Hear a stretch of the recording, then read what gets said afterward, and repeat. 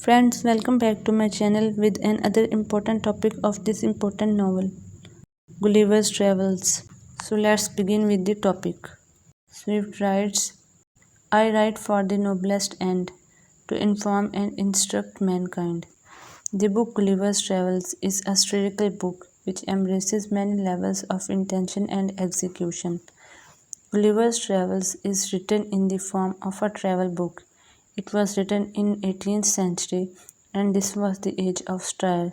Swift thought that this kind of writing would attract people. His purpose of writing this book is to lash mankind for its follies, absurdities, and evil ways.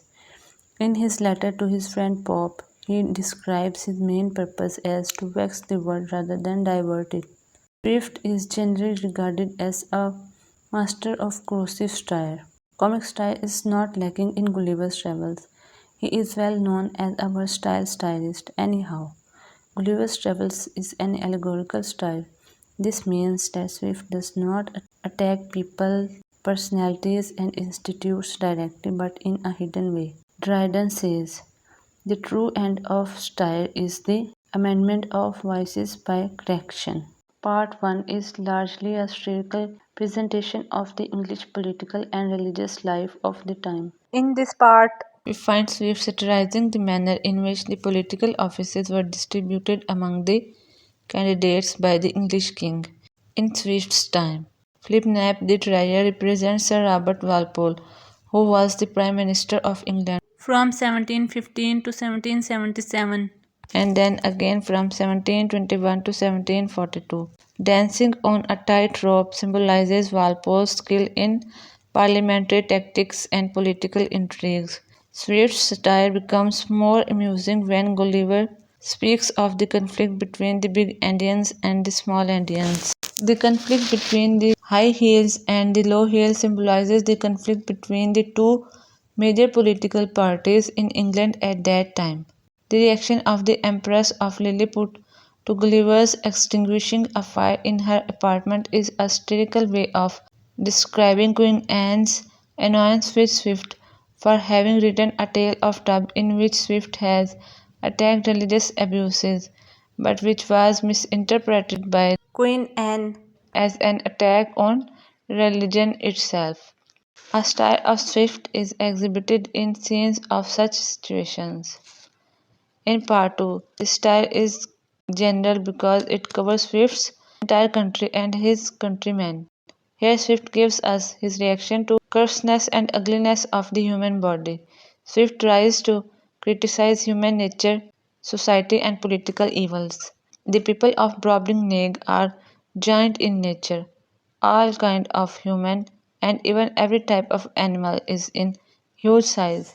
One satirical event is seen when the farmer's wife becomes afraid to see Gulliver, as women in England do at a sight of a toad or spider. The king sent for 3 great scholars in order to consult them about Gulliver. They gave different theories about him, but after they all agreed that he had not been produced according to the regular law of nature, the 3 scholars come to the conclusion that Gulliver was a freak of nature. On another occasion, a satirical description of beggars. Among the beggars, there is a man with a huge tumor in his neck. Another has wooden legs, each about 20 feet high. But the most hateful sight is that of the lice crawling on their clothes. I could see distinctly the limbs of these vermin with my naked eye. Most pernicious race of little odious vermin that nature ever suffered to crawl upon the surface of the earth. In the voyage too, the king reacts with disgust to Gulliver's account of the destruction which can be caused by means of gunpowder. This shows that king is a lover of nature and mankind. The king's reaction is also significant when Gulliver informs him that in his country hundreds of books are written on the art of government. Here we find king as a mouthpiece of Swift. In part 3, the style in this chapter is not so bitter as in part 2. The style in part 3 is indeed light-hearted. Here style is on scientists, academies, planners, and the intellectuals. Swift makes us amused by making fun of the people's sole interests are music and geometry, and who do not have time for their families. The projectors here are busy finding methods to extract sunbeams out of cucumber, to convert human excrement into original food, to build houses from the roof downwards to the foundation, and to obtain silk from cobweb.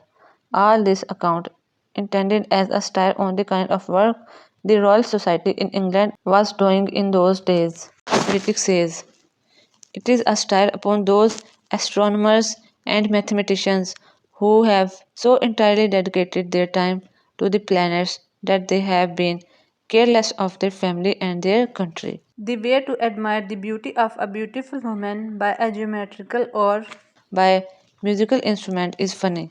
In the account of life in Laputa, Swift also satirizes the English system of admiration. We also come across flappers in Laputa, and the duty of these flappers with short sticks is to draw the attention of their masters, as they are so much preoccupied with intense speculations. Part 4th of the book is full of corrosive style. In this voyage, this style becomes universal. The target of attack in Part 4th is all mankind. In the first three parts of the book, Swift had largely confined his attention to England and European countries, but now he widened the scope of his satire to cover all mankind. In this part, Yahoos are intended to represent human beings with all their good qualities completely left out, while the Houyhnhnms represent horses with their good qualities carried to perfection and their bad qualities eliminated completely. The style deepens when Gulliver gives to the master Houyhnhnms an account of the events and happenings in his own country and other European countries.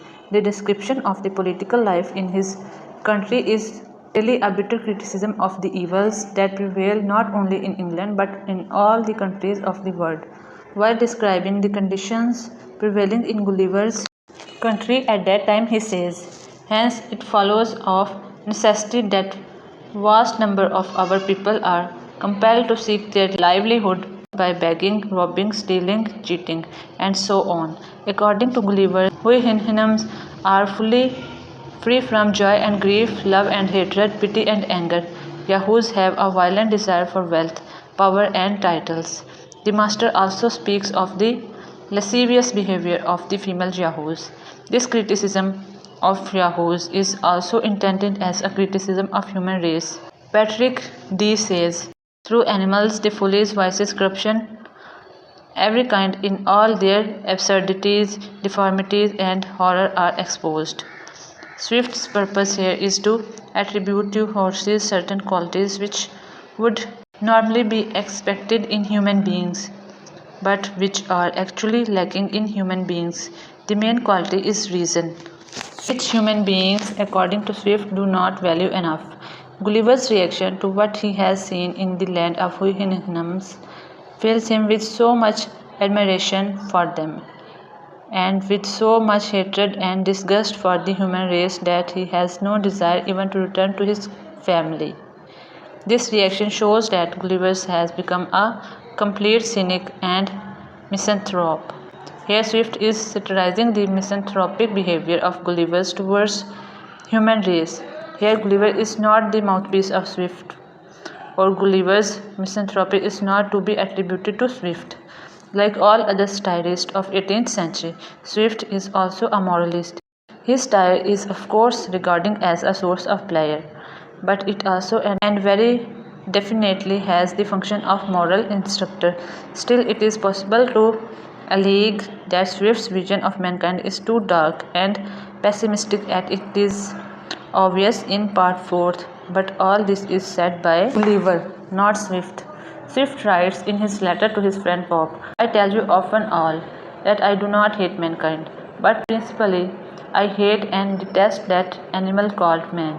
Gulliver's Travels has a solid core of intellectual meaning, and it contains specific theories and principles about man and society. It tells us that society lives in constant danger of corruption. I write for the noblest end, to inform and instruct mankind.